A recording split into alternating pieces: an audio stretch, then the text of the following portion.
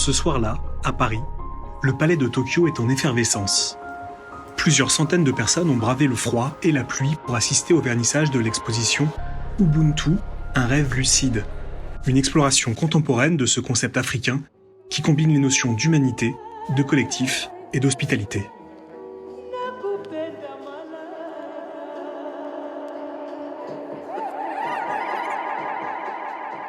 Romain est juriste au sein de la banque Edmond Rothschild. C'est aussi un passionné d'art contemporain. Il a tenu à être là pour le lancement de cette exposition. C'est une exposition à laquelle on n'est pas habitué, sur une thématique évidemment d'actualité, mais surtout avec des artistes qui me sont totalement inconnus. C'est des nouveaux univers et puis également c'est le palais de Tokyo qui met en musique tous ces artistes. Celle qui a réuni ces œuvres, c'est elle. Maria Niemsi explore le continent africain depuis des années. Ici, elle révèle des talents émergents qu'elle expose aux côtés d'artistes confirmés. Et sur les 19 artistes, certains sont des artistes extrêmement reconnus, qui ont une dimension internationale, comme Michael Armitage, mais qui n'avaient jamais été présentés en France. Donc je crois qu'on rejoint là vraiment la vocation du Palais de Tokyo, c'est-à-dire de donner à voir des artistes singuliers, talentueux, et qu'ils soient reconnus ou émergents. Parmi ces artistes, Grada Kilomba présente cette installation vidéo. Une trilogie qui réinterprète les récits antiques pour dénoncer le racisme, les violences postcoloniales ou celles liées au genre. Pour elle, exposer au Palais de Tokyo est un moyen de toucher un nouveau public.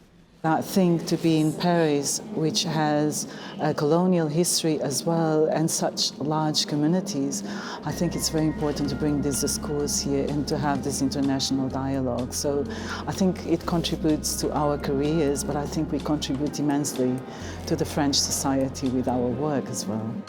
Mécène traditionnelle du Palais de Tokyo, l'exposition est soutenue par le pôle art des fondations Edmond Rothschild. Je pense que quand on leur a présenté la programmation et qu'ils ont vu ce projet, je crois qu'ils ont été assez séduits et nous nous sommes rencontrés. Et là, je dois dire que j'ai eu une écoute et une réception du projet qui, moi, m'a beaucoup touchée parce que c'est un projet ambitieux. Les artistes ont plutôt l'audace de la complexité, à l'image de la complexité du monde.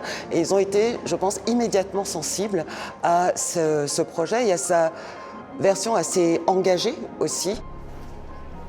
Carole Mbazomo dirige le pôle art au sein des fondations. Elle était présente le soir du vernissage. Pour elle, bousculer les lignes est une seconde nature. Voir les fondations Edmond de Rothschild sur Ubuntu, cette notion africaine, c'est vrai que généralement, les gens nous attendent quand même ailleurs. Donc c'est aussi une façon de dire que si on n'y est pas, qui y sera ou pourquoi il y aurait toujours les mêmes.